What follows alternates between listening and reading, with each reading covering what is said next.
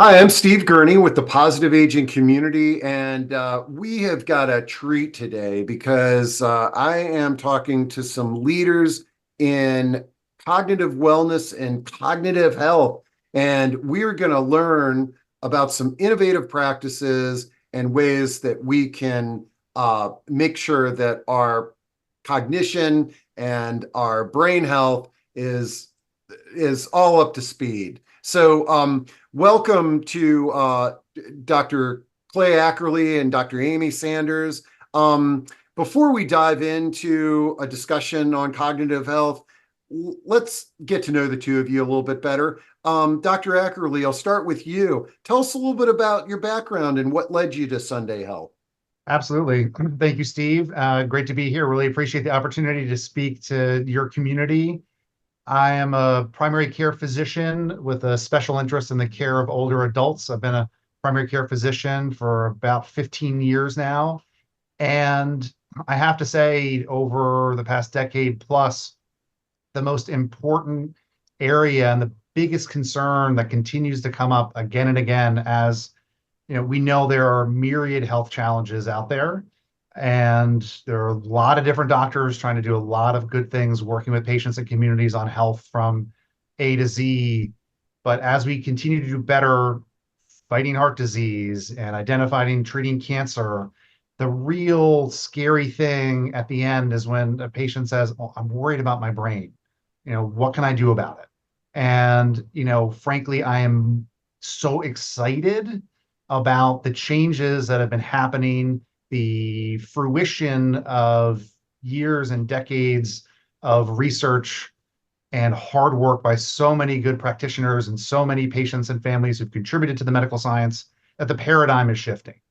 And instead of just putting your head in the sand and say, "I don't want to know about my brain, I'm worried," you might say, "I have dementia and I can't do anything about it, so why no?"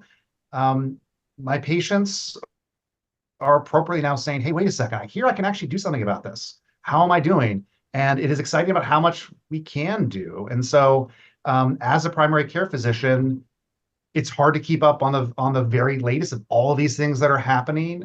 I have to have partners in a lot of different areas. I am not a heart doctor, so I work with cardiologists for patients who've got concerns about their cognition. There are amazing dementia neurologists out there like Dr. Sanders, who's with us today. But having a team like Sunday Health that we'll talk a little bit more about, which is a focused clinic all about your cognition, and frankly, having that available on short notice, virtually in the comfort of your own home, to when you say, "Hey, I'm worried about my cognition," and say, "You know what? There are things you can do about it. Let's dive in. Let's get you to the team at Sunday Health." And and we'll talk more about what that means, but I can't say, as a primary care physician, really excited about how care is changing for the better. I love it. I love it. And I get these calls on a weekly basis too. This is of concern to many people now because uh, without your cognition, it's difficult to maintain a sense of purpose. So, Dr. Sanders, before we dive into this a little bit deeper, let's meet you. Tell us a little bit about your background. Well, first of all, I'd like to say thank you so much for inviting me to take part today and to join Dr. Ackerley in introducing your community to our new fledgling practice called Sunday Health. And so I am a dementia neurologist. This is sort of my second career. I went to medical school when I was in my mid-30s, and many people who go to medical school actually wind up quite phobic about the brain and neurology and the neurological systems. It's what I wanted then. It's very structured. It's very organized, it's really where a lot of the nerds in medicine wind up. And so I found a happy home in neurology as a nerd in medicine. Well, let me tell you, if anybody is working with my brain or my mental health, I want them to be defined as a nerd. I really like that. Yeah. Okay. Well, Sunday Health, tell me a little bit about this company. It's as you had mentioned, this is y'all are relatively new to the market here in the DC metro market. Tell us a little bit about, what does Sunday Health do? Absolutely. So maybe Amy, I can start and then you can take over. I think the kernel of it is, what do patients need when they're concerned about their cognition, and Sunday Health exists to serve that need and to work with them on early identification of cognitive changes. That includes, the core product that's offered now, which is, brain health checkup. So how do you do the cognitive screening most effectively? Are you doing okay? Are there early areas of concern? And Dr. Sanders can walk through some of those elements. But doing an early screening, because there are things you can do. Knowledge is power. It's not just anxiety. So working with, okay, maybe there is a concern here. What may be underlying it? Walking through with patients all the things that they can do to improve their cognition in the near term, including finding things that are negatively impacting their cognition, whether it's a sleep disorder or hearing loss or vision concerns, right? So there are a lot of things you can do, or hormonal imbalances, thyroid dysfunction. So are we doing everything in the moment to make sure we're optimizing your cognition in the near term, as well as unmasking potential risk factors going down in the future? What can we do about those risk factors? How can we mitigate those to the maximum capacity as possible? And as a primary care physician, I need a partner to help with those conversations, to do the right evidence-based, assessments, follow the guidelines, and then work with me to execute on a comprehensive brain health plan. Okay, and if I'm hearing this correctly, this sounds a little bit like, I've been going to the doctor on an annual basis my whole life and getting physicals. And, you get screenings. My wife's fair skin, screening for skin cancer every year. Is this along the same lines as that? Absolutely. And I think, the policy community and insurance companies, Medicare specifically, has recognized that primary care, we have that longitudinal relationship. We've got that long-term relationship with patients, but we have not been doing a very good job in assessing people's cognition, seeing who is at risk. We don't do a good job. They even tried to mandate, as part of the annual wellness visit, a cognitive screen. Even when I'm able to do that screen, which frankly is hard to do, most primary care physicians aren't doing them, and that's okay, right? If you're like, wait, my primary care doctor didn't do it, you can call Sunday Health and we'll do it for you. But even when I do it, and there is a concern that is raised, that is very hard for me to take that next step with that patient. Getting in to see a neurologist can take months and months and months. If I want to get a neuropsych assessment, it takes months and months and months. And so trying to bring access to the expertise that Dr. Sanders has and the rest of the Sunday Health team to you in the comfort of your own home. You just raise your hand if you're in the district, Maryland or Virginia, have Medicare. It's totally covered by insurance, and we'll take care of it. Wow, this sounds great. Dr. Sanders, can you add to this, the Sunday Health platform? Sure, absolutely. Happy to. So one thing that Dr. Ackerly mentioned was, and I want to come back to a couple of things that he said. First was this annual wellness visit that Medicare now mandates, and that a cognitive screening assessment is supposed to be part of that. I feel a lot of sympathy, empathy, admiration for my primary care colleagues, because most of the cognitive screening tests that are available to them take, anywhere between 5 and 10 minutes to do. And in a lot of primary care practices, if a new patient visit isn't going to be any more than 30 minutes, that's the total amount of time allotted to it. So a 10 or 15 minutes is going to one part of it well, you can see where the barriers arise. And the Alzheimer's Association has actually been touting statistics, sad statistics, for a couple of years now about just how infrequently that annual cognitive assessment occurs as part of that mandated annual visit. It's one thing to give somebody a screening test and tell them what their score is, but without the context of, gee, do we think are things getting worse? Are things stable? Maybe they're even getting a little better. We don't know if we're just doing a one-off assessment. And then to look at something without the context of the person's life also doesn't really get the job done. So it's really important, this idea of sort of a healthy mind and a healthy body. We have to screen our brains the same way that we screen our bones and our teeth, particular pet peeve of mine. But and our colons and our prostates and our breasts and everything else. The brain has really been sort of neglected over the past however many decades. But things are changing so rapidly now. Dr. Ackerly was mentioning, how things are changing so rapidly that it's hard for him to keep up with my specialty. Things are changing really, really rapidly and in very exciting and hopeful ways.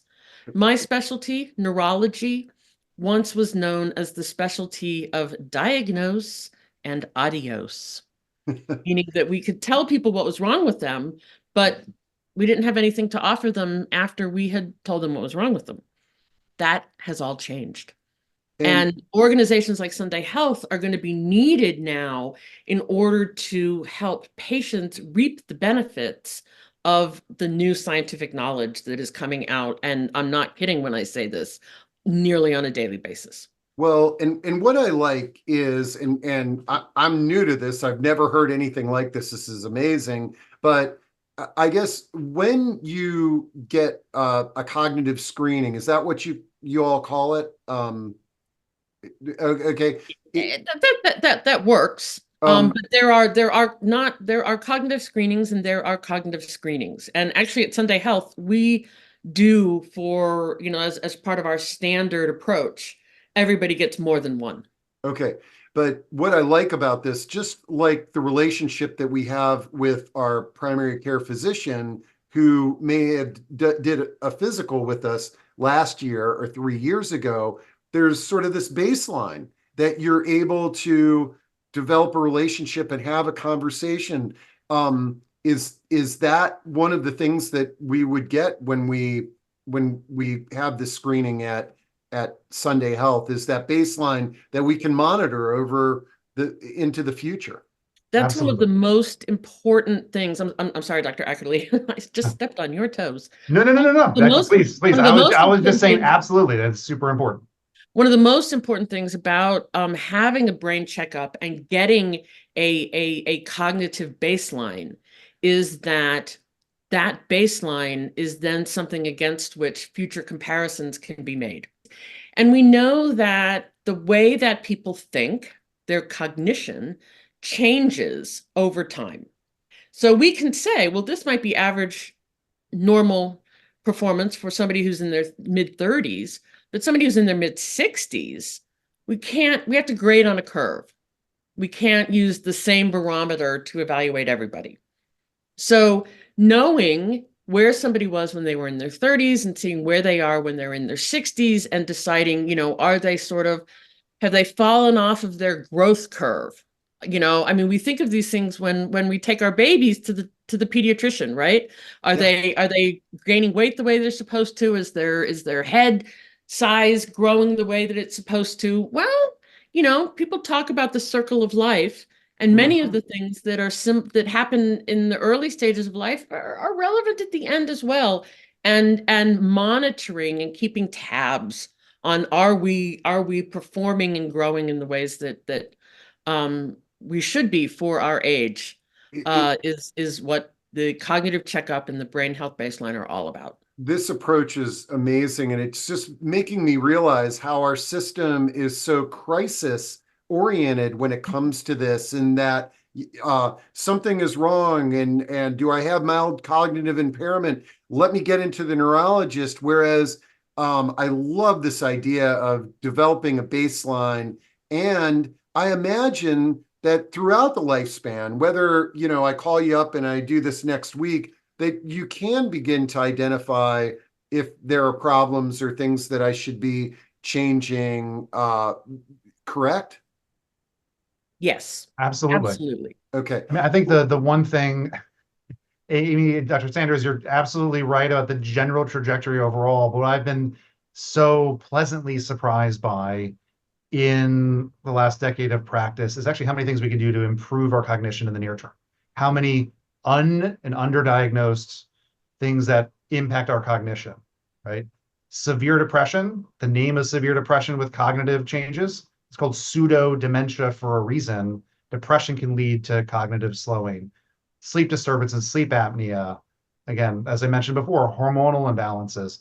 And so saying, hey, I think I may, have a problem here, right? Let's see if you do. Let's make sure that all of the other boxes are also checked around a supportive body to support a healthy brain and make sure we're not missing anything to make some real leaps and bounds in a positive direction in the near term, as well as, yeah, when my patient says, I can't remember names, one of my first questions is, could you ever? Right? Having that baseline to know, like, okay, Exactly. finally you're catching up with the fact that you weren't really strong in that area. So having that baseline to understand, what our expectations should be is really important. And then when we do see the beginnings of some real concerning changes, the exciting, crazy thing that's happening in medicine right now is that there are ways to identify and diagnose issues. And if it happens to be Alzheimer's pathology and confirmed to be Alzheimer's type pathology,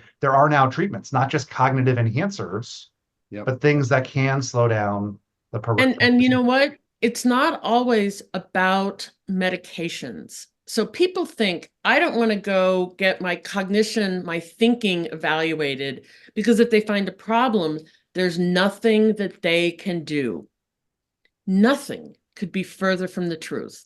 And it causes me physical pain whenever I hear people say there's nothing that can be done.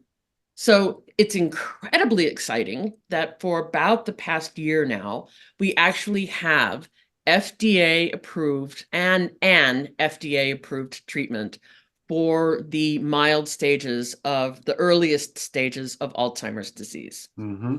That is unprecedented in human history, and it's happened just in the past year. But beyond that, we know so much more than once we did about the elements of our lifestyles that impact how well we're going to be able to think when we're in our 60s, 70s, 80s. We didn't know those things 10 or 15 years ago. In fact, I'll let you in on a little secret. Most of the people in my field believe that these diseases, the dementing diseases, neurodegenerative diseases of aging, will not be cured. They will be prevented by changes that we make much, much earlier in the lifespan. And again, it just makes sense if everything that you all are saying is true, the importance of that baseline, in our 30s, how important that is going to be. And now one of the questions is, what does this look like? So I pick up the phone, or I go to the website, or I get a referral to Sunday Health, and I say, I've heard about this. This is great. I want to get this baseline and screening. How do you administer this? Is this in an office visit, virtual, or what does it look like? Yeah. So I think you pick up the phone. There are lots of ways to get in, right over our shoulders. Any patient can call this number, email, hello@sundayhealth.com, get in touch with our intake coordinator, and then as appropriate, based on that intake, get medical records, potentially, collaborate with your primary care physician if that is something that you're comfortable with. Primary care physicians, if they happen to be listening, we can refer and send records over. That always accelerates the process as well. But you don't have to have your physician involved to get assessed. Then there is, and Dr. Sanders, you can talk to more, we're evolving some of these processes, but there's an online cognitive assessment that you'll take on the computer at the comfort of your own home with instructions. Right Don't from your worry, you kitchen hate table, computers. Yep. or your couch, or your bed, or your Yeah. bathtub, wherever you like. Exactly. And then the next step after that is you have a visit over telemedicine with one of our nurse practitioners who is trained in this area, and review the results, review a whole lot of other things about your health history. And Dr. Sanders is available and part of that team. So for patients with concerns that warrant a consultation with Dr. Sanders, she is available to meet with patients as well. Well, you know what I love about this? Earlier in the discussion, you were talking about the general practitioner blending in this cognitive screening to, I guess, the physical visit, or, that you've got this 10-minute period to try to do an assessment. Sounds like this is a lot more detailed and a lot more resources for something that is probably the most important body part that we have, our brain. Am I correct that this is diving a lot deeper than what a general practitioner might? Absolutely. I mean, maybe a GP screen would be 2 questions. If we happen to have those 10 minutes, it'll be 10. And then, I don't know, Dr. Sanders, how many different assessments looking at different areas? Dozens and dozens. And some of our patients so far have said, wow, that's a lot.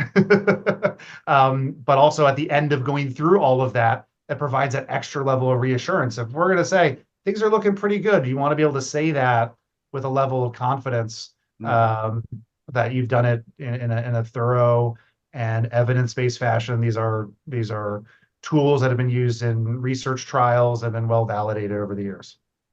Man. So, and it's not just the actual testing that we do, it's also the additional conversation that we have with each patient who comes to see us about sort of how they are living their lives and what issues they've noticed, what concerns they have. But then we're also going to make sure that we do a sort of, a comprehensive review of their lives, their medical histories. So what are their medical problems? Have they had surgeries? Have they had head injuries?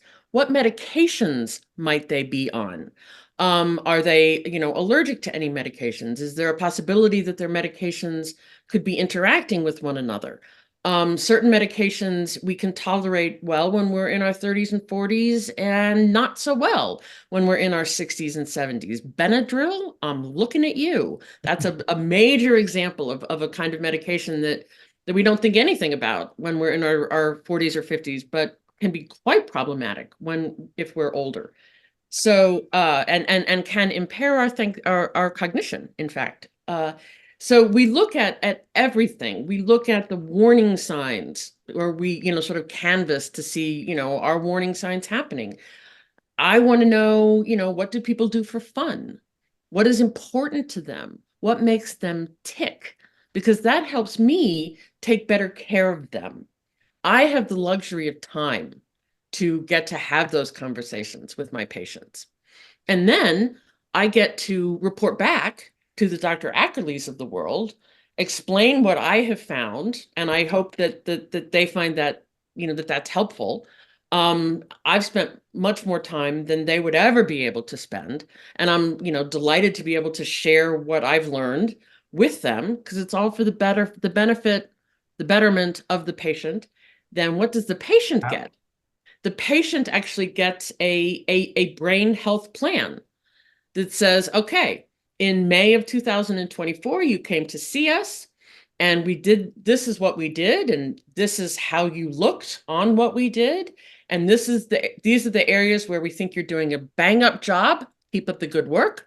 And these are the areas where, in fact, we think that, there are actually little changes that you could make that could make things even better. Because what I'm hearing from patients so far, and this has really become a familiar refrain, a much more familiar refrain than it's ever been in my practice career, which is approaching the 20-year mark now, is people are aware of how important their thinking is and that they want to preserve it for as long as possible to maintain their independence and their ability to enjoy life, to live their best quality life. They don't always know how to go about doing it. And Well, that's what Team Health is here. we haven't had a platform like this before. And so I love it. We do the assessment, you have this plan. And earlier in the conversation, you talked about dental health. And, we're conditioned to go to the dentist and have an assessment every 6 months. What would you say, or what do you envision? I know that this is a new way of thinking, but what do you envision the follow-up to be like after I've had my first assessment with you? Some of that is going to depend on the needs, desires, interests of the patient. Some of it is probably going to depend on the Dr. Ackerleys of the world. Be an annual thing. Absolutely. And, yeah. Okay. This is just, I'm blown away by this. I can't believe that that this didn't exist. And I see so much value in this, especially with the dialogue that I have with families who are helping their parents and grandparents, with memory care communities and dementia. Is once an individual has gone through that experience, they're heightened. They're like, gosh, this is devastating to a family. How do I prevent this from happening or delay this from happening? Well, and as you may know, being the care partner for somebody who has a dementing disease is actually a risk factor for developing one's own dementing disease later in life because of just how stressful it is. Man, well, this has been an amazing conversation, but before we kind of wrap things up, are there any elements that we didn't talk about? I'm thrilled that this service is out there, and I'll probably be calling you all in the next few weeks to have this assessment, because I really feel like it's very important for all of us to get that baseline. Yeah, so I think the final message, frankly, is if you're over 65, you live in the District, Maryland, or Virginia, you should be calling, right? If you have a good relationship with your primary care physician, you want to go in, talk to them about it, and say, hey, this is what I'd like to do. Can you help make a referral? Great. But self-refer and get your baseline. And if you're sitting there saying, I don't want to do that, or I'm a little worried, ask yourself why. I think understanding what that hesitation is, why are you concerned? And sometimes, frankly, that's even more of a reason to dive in and get help. Yeah, and so the beauty of this is that it's, if you're over 65 and you check all the boxes, Medicare is covering this, so you're not writing a check. But let me ask you something. For somebody like myself, I'm 59 years old, and in hearing this seems very important. Do you accept private patients? We're coming. So Sunday Health's got a lot of updates in the coming months, and absolutely, we look forward to getting into commercial insurance. No, I love it, and we're going to keep tabs on y'all. But I will tell you, after hearing about this, one of the things in our society is that we all have this this idea that healthcare is free, and is it covered on my insurance or this, that, and there. And if it's not, I'm not going to do it. But after hearing y'all, I seriously would write a check for this. It's like a baseline on my brain. This is very important, and I would be willing to private pay for it. I realize that I'm just caught up in in all the excitement. We of appreciate this your enthusiasm. being Absolutely. I'm sure we can talk to the team about how we can take your money. Thank you very much. No, but frankly, I think I agree in terms of the importance for people even under 65. Yeah, And we are putting in efforts to make sure we get it within as many insurances as possible, so that insurance should appropriately pay for this sort of care. There are medical codes for this, and so we want you to be able to use your insurance as much I as we love it. can. But right now we got tons of people on Medicare that are that this would be very easy to implement, and I'm excited to get the word out to those folks. So I want to thank both of you for your time today. This has been amazing. I know that things are changing on a daily basis in your practice, so I look forward to many checkups and kind of hearing where things are going with this innovative new concept. Yeah, So thanks so you know, much. the future really is bright. Just kind of maybe one of the reasons that Sunday Health is called what it is. But you know, I have more optimism sitting here today than I have had at any point in my career to I this, love you it. know, up until now, I love about it. that we can really make a difference for people. Oh man, this is great. Thanks so much, y'all. Thank you, Steve. Thank you.